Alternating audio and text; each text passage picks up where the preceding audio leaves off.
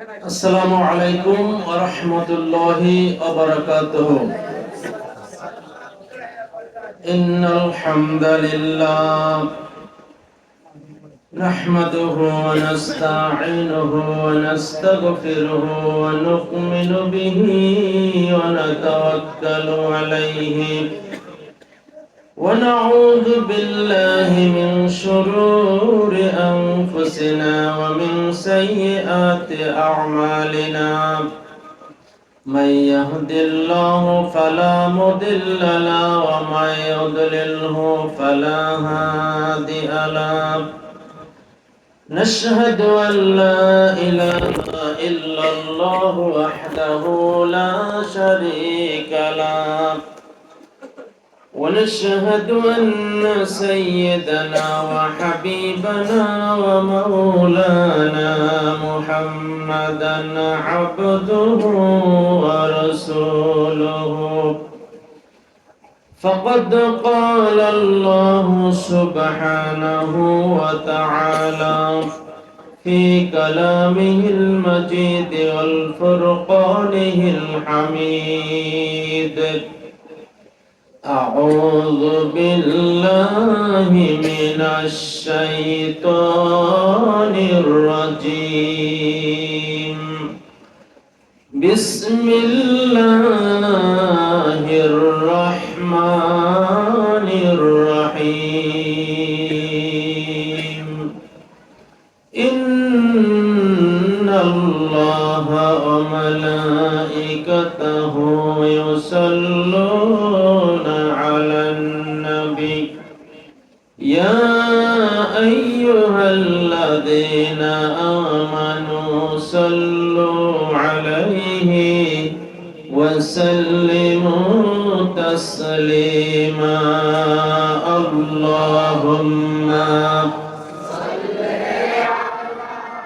سيدنا مولانا محمد وعلى آل سيدنا مولانا محمد اللهم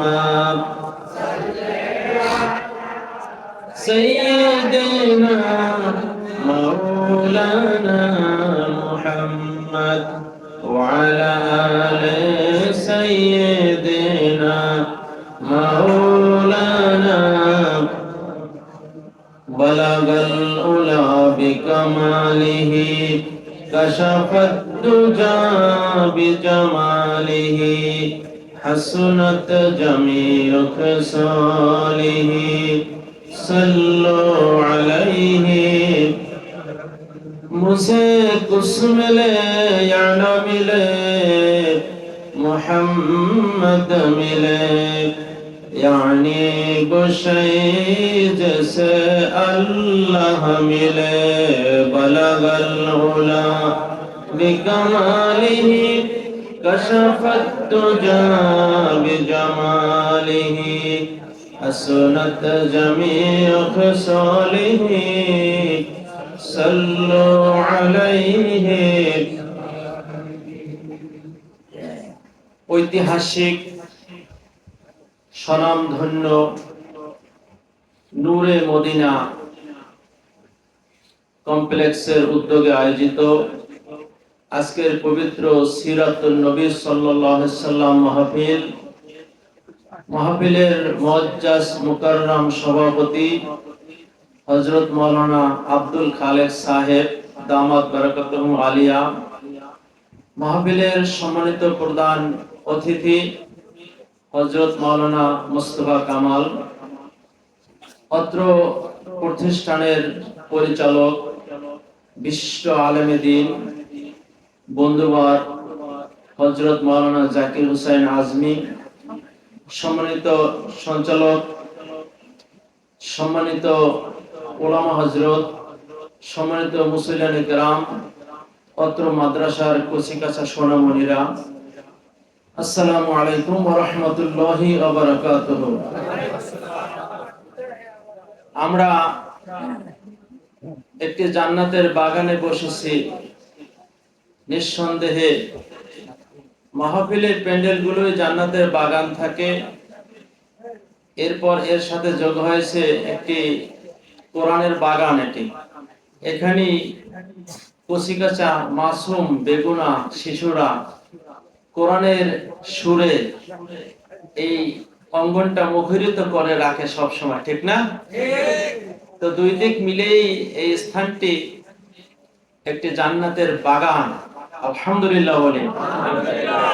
সম্মানিত মুসলিম کرام, আমি মূলত সেই রকমের আলোচক না, আর আমন্ত্রিত আলোচকও না। আমরা এসেছি জাকির ভাইয়ের আহ্বানে। মূলত এখানে জাকির হোসেন আজমি হুজুরের বয়ান শুনব। তার বয়ান শুনতেই মূলত এসেছি, কারণ তার বয়ান শুনে আমরা তৃপ্তি পাই, মজা পাই। তো এসেছি সেই জন্যে। নামাজের পরে বসাই দিল এখানে। এটি এত আলেম ওলামার মধ্যে কথা বলা দুষ্কর, কারণ অনেক ইলমের দরকার। আলেমদের মাঝে কথা বলতে, সাধারণ মানুষের ভিতরে কথা বলা আর আলেম ওলামাদের ভিতরে কথা বলা একটু মুশকিল, ঠিক কিনা বলেন? এখন যেহেতু বসাইয়া দিয়েছে, একটু সময়ও দিয়েছে, সেই সময়টুকু ইনশাল্লাহ কাজে খাটাতে চাই। সম্মানিত হাজিরিন, মাহফিলের শিরোনাম হচ্ছে সিরাতুন নবী সাল্লাল্লাহু আলাইহি সাল্লাম। নবীর নাম শুনলে আপনারা সাথে সাথে সাল্লাল্লাহু আলাইহি সাল্লাম বলবেন। এটি কিন্তু ওয়াজিব। এটা কি ওয়াজিব? আমাদের নবীজির নাম শুনলে সাথে সাথে দুরূদ পড়া, এটি ওয়াজিব। ওয়াজিব মানে কি? ফরজের পরে যে হুকুমটা, ঠিক কি না? তাহলে ফরজ এর পরেই হচ্ছে ওয়াজিবের স্থান। রাসূল পাক সাল্লাল্লাহু আলাইহি সাল্লাম নাম শুনলে আমরা সাল্লাল্লাহু আলাইহি সাল্লাম বলবো। এটি হচ্ছে আমাদের প্রতি কর্তব্য, উজু। তো তার সিরাত নিয়ে আলোচনা। রাসূল পাক সাল্লাল্লাহু আলাইহি সাল্লামের এই সিরাত বা জীবন আদর্শ এ সম্পর্কে হযরতে আয়েশা সিদ্দিকা রাদিয়াল্লাহু তাআলা আনহাকে প্রশ্ন করেছেন সাহাবায়ে কেরাম। তারা জানতে চাইলেন কাইফা কানা খুলুকুন নবী সাল্লাল্লাহু আলাইহি সাল্লাম। আম্মু, আপনি আমাদেরকে বলুন নবীজির চরিত্রটা কেমন ছিল। আম্মা জান আয়েশা সিদ্দিকা রাদিয়াল্লাহু তাআলা আনহা পাল্টা প্রশ্ন করে জিজ্ঞাসা করলেন, আলা তাকরাউল কোরআন, তোমরা কি কোরআন পড়ো নাই? আল্লাহর নবীর সাহাবীরা বললেন, ক্বালু বালা, অবশ্যই কোরআন পড়েছি, কোরআন পড়ছি।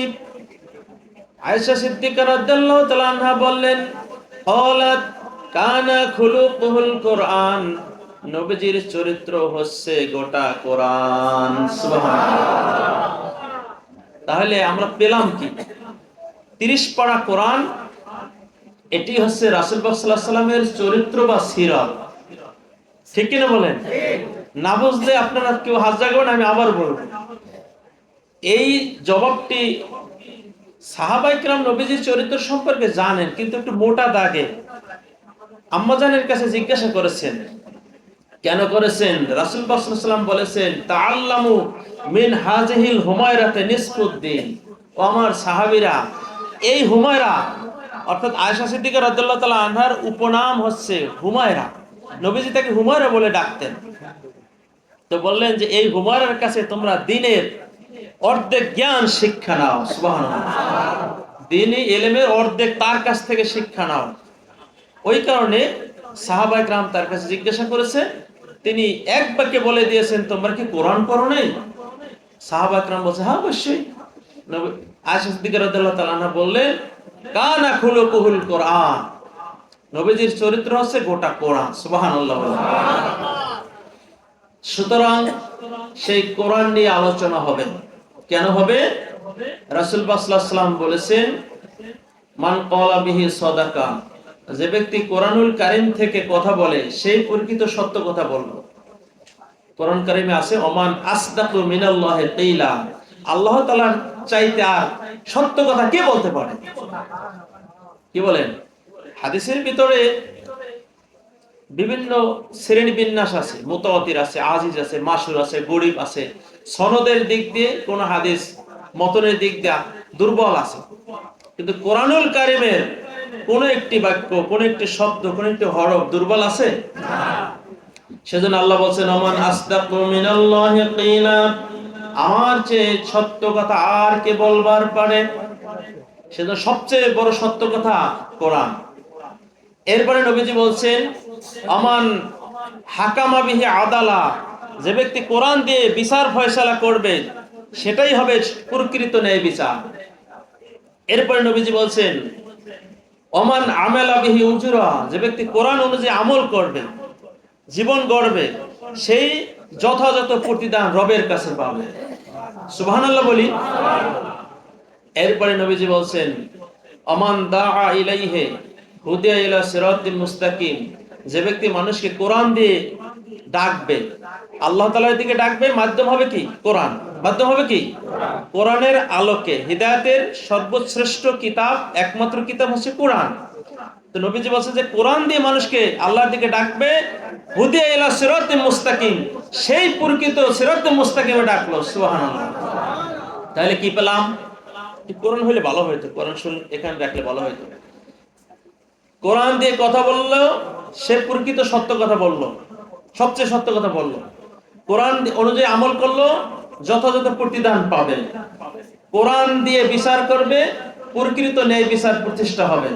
কোরআন দিয়ে মানুষকে আল্লাহর দিকে আহ্বান করবে, সিরাতুল মুস্তাকিমের দিকে আহ্বান হয়ে যাবে। সুবহানাল্লাহ। তাহলে গুরুত্ব কার? কোরআনের। কোরআনের গুরুত্ব কার? আল কোরআনের। সেই কোরআন হচ্ছে নবীজির চরিত্র, নবীজির আদর্শ কোরআন, এবং সেই কোরআন এই মাদ্রাসায় শিক্ষা দেওয়া হয়। ঠিক কিনা বলুন?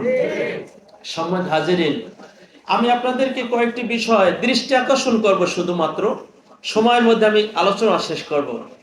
কোরআনুল কারীম হচ্ছে মহাবিশ্বের মহাবিশ্বর,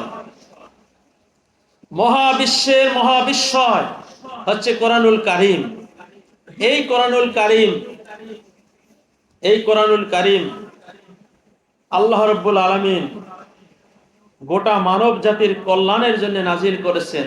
এতে বলা হয়েছে মানুষের কল্যাণ এবং অকল্যাণের সুস্পষ্ট নির্দেশনা এই কোরআনুল কারীমের মধ্যে আছে।